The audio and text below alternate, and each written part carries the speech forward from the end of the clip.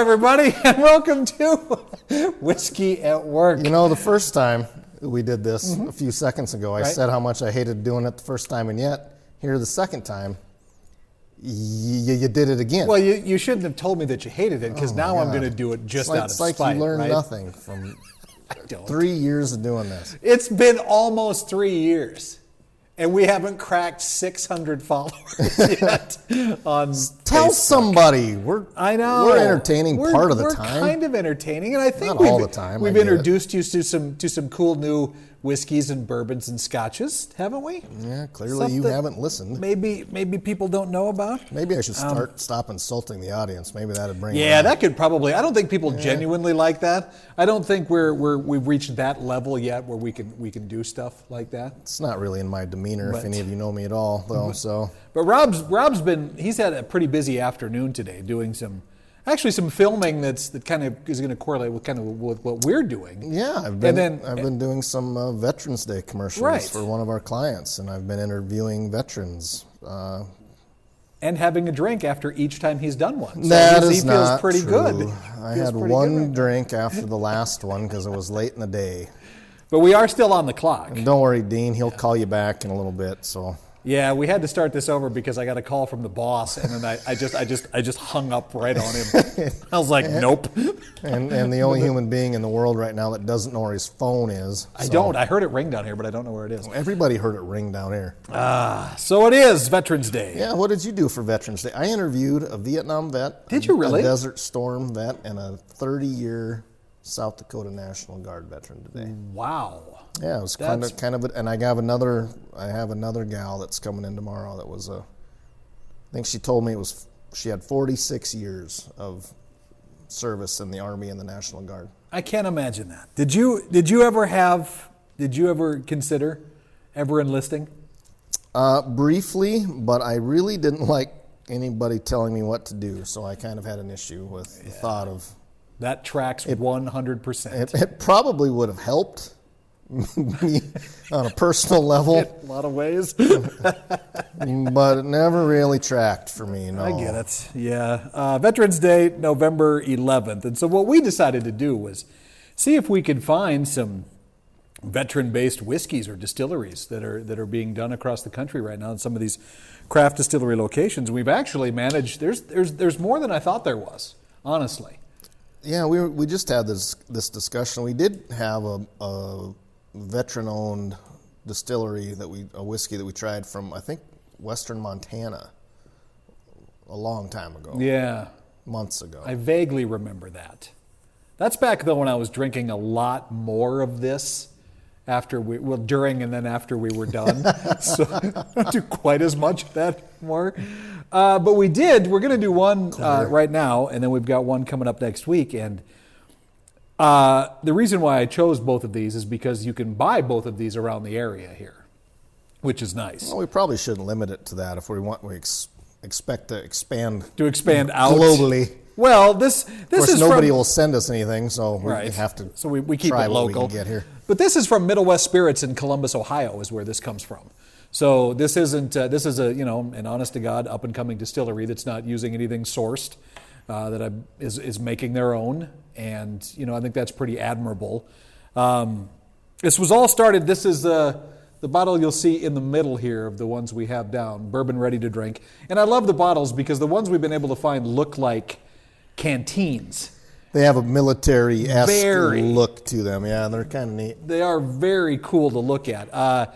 This guy, Travis Barnes, I believe is his name. He's after 9/11. And that's, I had that moment after 9/11 where you were like, God, do you man up and do what's right? But I was in college at the time and not super sober. You were still in college? 1991, of course we were. Well, 9/11 was in 2000. Oh, I'm sorry. I'm sorry. I was thinking the first operation, the first Desert 91 Storm. Desert Yeah, Storm. Yes, right. when that first happened. Yeah. Oh my God, I mixed up Desert Storm and 9/11. Well, I mean, they were both pretty significant moments, though, in our lives. Certainly. Obviously. But yeah, I remember thinking in 1991 that maybe I should God, enlist. Maybe you should do. If you're in college that long, you should be a doctor, not Well, a radio guy. How old were we in 2001? Then we were what, 31? 31.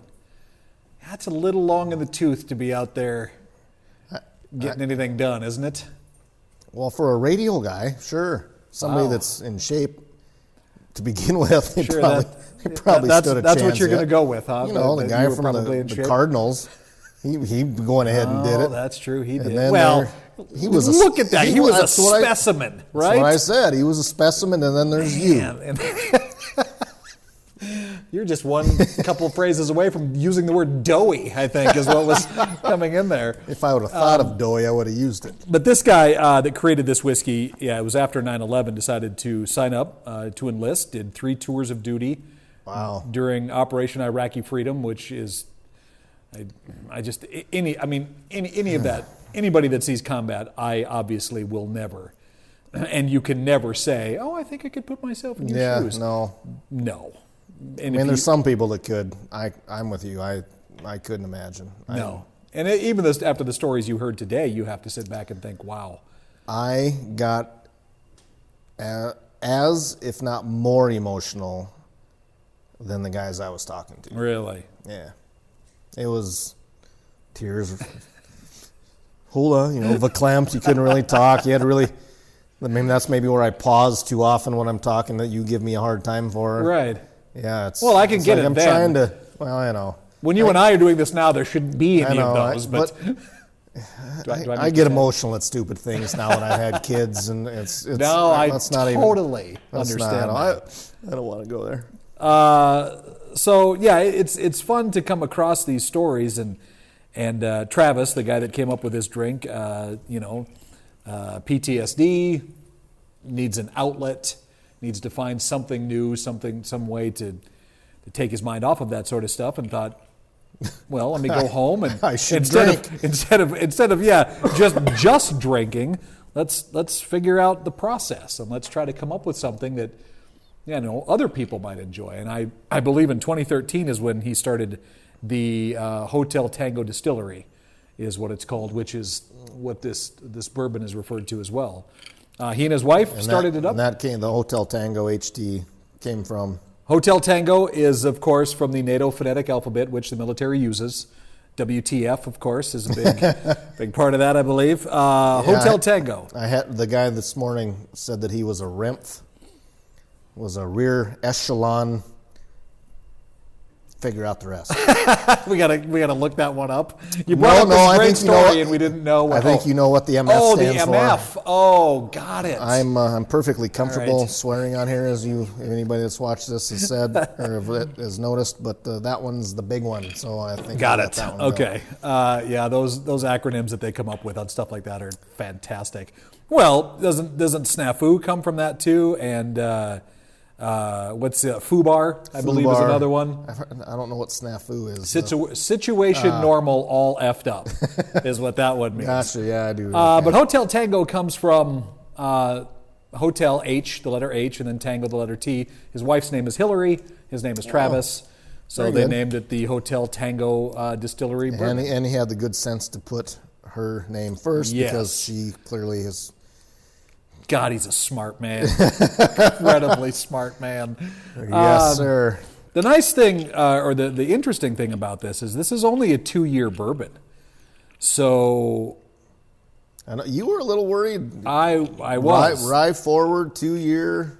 Yep. This is pretty good. You get enough ice and water in this. Well, I mean that in a positive way, not bury it in ice and water, but definitely drink it over ice or put some water in it.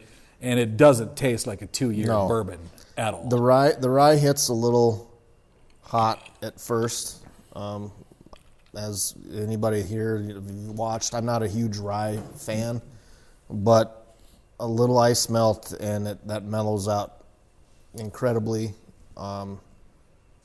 This is a nice drinking. This thing says, the bottle says to use it in cocktails, which I would clearly do, but I'm not much on cocktails to begin with. I would drink this on ice all day long. And the nice thing is the price point on this too, I think, was only around $30. Yeah. So it's easily, within a price range of of anybody who wants to go give it a shot. I love being surprised by these kind of things when you're looking at the bottle and you're thinking, oh, okay, we're gonna, we're doing this because this guy is a veteran and it's all about Veterans Day. But then you taste it and you're like, man, yeah, this is really delicious. I could keep a bottle of this at home and not feel bad at all about serving it up to anybody. No, I'm very pleasantly surprised with how this turned out, and kudos to this guy for working his way through it and serving the country and putting out a pretty good product. I mean, there's nothing bad I would say about this. Especially, I think it would go really well in a cocktail. Yeah, in an old fashioned, you could taste that rye perfectly in there, I think. But that's not my MO. Might be the only military thing I've ever done. But is MO? Is that military or is that more serial law killer enforcement? Yeah. Well, what's yeah. Anyway, it's really good. I would recommend this if you want to go do it. And you can find it almost anywhere. I picked it up locally where I live, and I'm sure I've seen it on shelves here in town. Okay. Well, we'll call Dan too at Timmons and see if he can get some of this in as well. Because, we recommend it for whatever that's worth, Dan. I don't know how much stock you put in that, but this is, for a 2-year inexpensive bourbon, it should be on everybody's shelf. At this price point, it's pretty good, and you're going to help a disabled combat vet. Exactly, and that should make you feel really good when you go to buy it. So, again, with Veterans Day coming up, happy Veterans Day. Thank you to all of you. All of the veterans that have served our country. We can't thank you enough for the work you've put in. And, we owe you a drink, if we ever run into you. So it'll all be on the company card, Dean. So if you want to call me now, feel free. We're headed down later. Right. Thank you so much for watching this edition of Whiskey at Work, and happy Veterans Day.